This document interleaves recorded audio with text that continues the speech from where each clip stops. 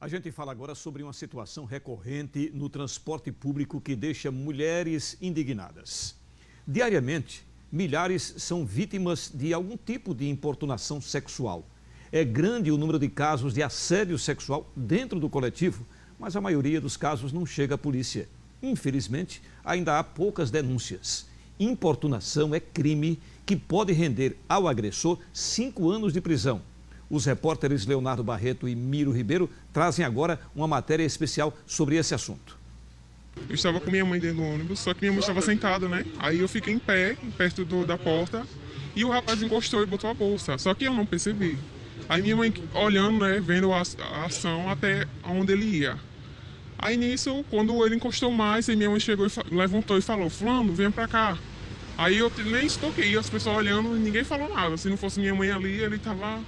Eu senti algo atrás, mas eu olhei assim, eu pensei que era só a mochila dele, que ele tinha botado pra frente, né? Depoimentos como estes são cada vez mais comuns. Em ônibus do transporte coletivo de passageiros, não é difícil encontrar alguém que já tenha sido vítima de importunação sexual. Uma vez um senhor de idade, do meu lado, tentou ficar tendo contato corporal comigo. E você, o que fez nesse momento? Não, nesse momento eu não percebi, porque no cheio do ônibus, né, eu não cheguei a perceber. Mas uma moça falou, me informou e na hora eu desci do ônibus, na hora eu não tive nem reação. O homem estava se enroçando em mim, aí eu olhei, aí ele perguntou: "O que foi que você olhou?" Eu disse: "Você está se enfergando em mim." Ele disse: "Então comprei um carro, para ninguém se enfergar em você." Só que aí eu falei com o cobrador conversou com ele, disse que ia levar para a delegacia e aí ele saiu. A condição em que o crime normalmente é praticado e o medo dificultam a formação de estatísticas que ajudariam a polícia no trabalho para prevenir esses atos. Normalmente o caso só chega ao nosso conhecimento quando a pessoa, o agente que praticou a importunação, ele é preso em flagrante. Quando não acontece essa situação, fica muito difícil a identificação do agressor. Então, as próprias vítimas deixam de vir noticiar o fato. Em Aracaju, 175 mil pessoas utilizam transporte coletivo. O Sindicato das Empresas do Transporte de Passageiros, CETRANSP, garante que os 570 ônibus disponibilizados são suficientes e que o motivo da superlotação é a disputa por espaço entre carros e ônibus. Muitas vezes uma pessoa no seu carro particular disputando um espaço num ônibus que tem ali 40 pessoas ou muito mais. E aí o ônibus ele precisa estar tendo sua via livre para o tráfego, para essa movimentação mesmo da mobilidade urbana.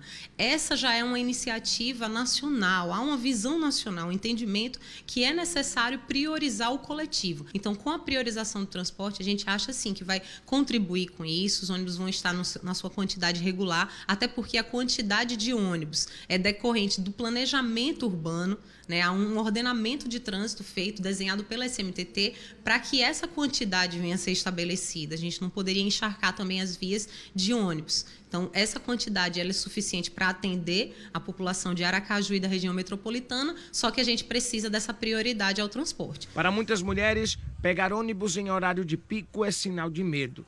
Os criminosos normalmente se aproveitam dessa situação para agir. Desde 2018, importunação sexual é crime. A lei federal que tipifica esta ação estabelece pena de 1 a 5 anos de prisão. Faz até vergonha, na realidade, a gente ter essa lei em nosso país. Você viver num país que, para homens saberem que não podem tocar numa mulher com sentido sexual sem que ela queira. É uma coisa assim, se não fosse tão triste, tão vergonhoso, seria até hilária. Então é surreal precisar de uma lei dessa, mas infelizmente precisa. E eu espero que um dia ela seja letra morta, que as pessoas se conscientizem. E a única via para conscientizar isso, para tornar essa lei um dia letra morta, é através da educação mesmo. Em São Paulo já existem ônibus exclusivos para mulheres. Em Belo Horizonte, a estratégia adotada foi o botão do assédio, que pode ser acionado pelo motorista ou cobrador, caso perceba a ação criminosa dentro do veículo. Em Aracaju, os primeiros passos no combate à importunação sexual são dados ainda em sala de aula. Motoristas e cobradores são capacitados para saberem como agir diante desse tipo de situação. A iniciativa é pioneira no Brasil. Por ano, são capacitados pelo SESC e Senat mais de 12 mil rodoviários. Eu aprendi no curso que se tiver um caso desse de assédio, para parar o ônibus de imediato e procurar a autoridade. Quando a gente pega uma capacitação dessa, a gente pode atender elas melhor para que elas se sintam encorajadas a denunciar e evitar que isso aconteça com outras mulheres. No momento desse, a principal ação, né, da pessoa que está ali presenciando aquela situação é agir por impulso. Então, o SESC Senat vem dessa forma orientando ele para manter a calma, saber qual a medida tomar, quais autoridades ele pode recorrer. Quem sai de casa todos os dias para utilizar o transporte coletivo quer exercer seu direito de ir e vir com tranquilidade.